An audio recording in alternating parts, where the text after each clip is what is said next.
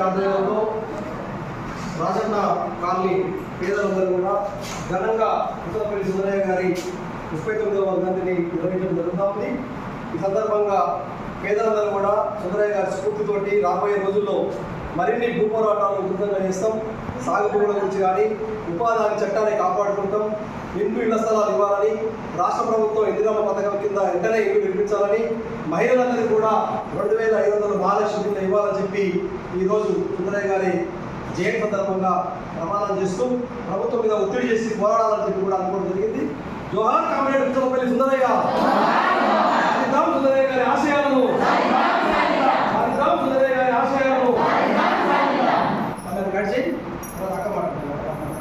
ఈరోజు సుందరయ్య గారి వర్ధంతి మన రాజన్న కాలనీలో జరుపుకోవడం అనేది జరిగింది.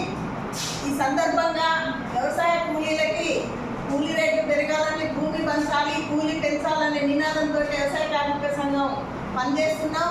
ఇవాళ మన కాంగ్రెస్ ప్రభుత్వం రేవంత్ రెడ్డి గారు వ్యవసాయ కూలీలకు, ఉపాధి కూలీలకు 400 రూపాయలు కూలీ ఇస్తామని చెప్పారు. అది తప్పకుండా అమలు చేయాలి. రోజుకు 400 రూపాయలు కూలీ ఇవ్వాలని, మహిళలందరికీ కూడా కొన్ని సంక్షేమ పథకాలు ప్రకటించారు, అవన్నీ కూడా అమలు చేయాలి. ఆ అమలు చేయడం కోసం వ్యవసాయ కార్మిక సంఘం నిరంతరం పోరాటాలు చేస్తుంది.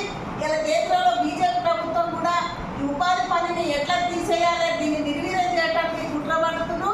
ఆ కుట్రల్ని వ్యతిరేకిస్తూ ఈ ఉపాధి పనిని కాపాడుకోవాల్సిన అవసరం మన కూలీలందరి మీద, వ్యవసాయ కార్మిక సంఘం మీద బాధ్యత ఉందని, దాన్ని కాపాడుకోవాలని తెలియజేస్తూ రోజుకు 600 కూలీ ఇవ్వాలి.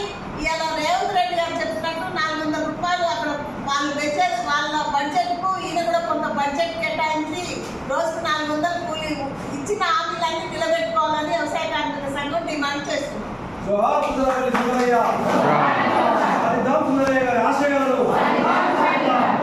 పేదల ఐక్యత ఫోటో తీయడం కూడా 2 3 వచ్చి